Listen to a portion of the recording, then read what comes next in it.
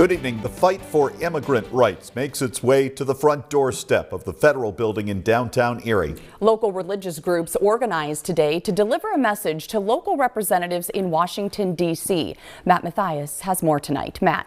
LaShawn and Jen, religious leaders from Erie County are strongly condemning recent executive orders issued by the Trump administration, which they say have enabled mass deportation and potentially are ripping families apart.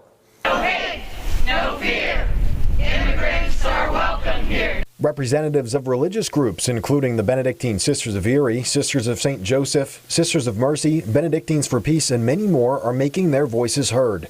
The group stood in solidarity in support of immigrants who feel they have become increasingly threatened under the Trump administration. The immigrants right now, the refugees, they're living in fear, constant fear, because there's no way of telling when someone will show up and just take them away.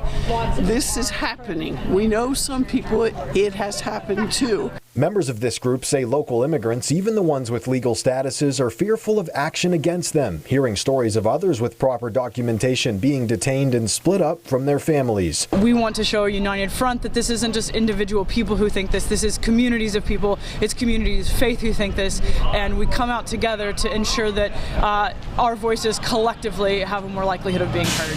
It is not fair, it is not right, it is not just to treat people like animals and herd them away.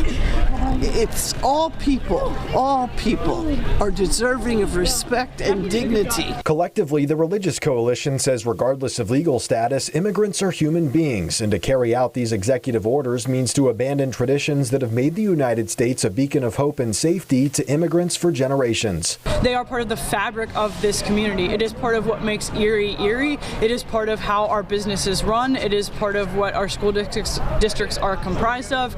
And to be a welcoming city means to care for those people who are in our midst and to let them know that we believe they belong here.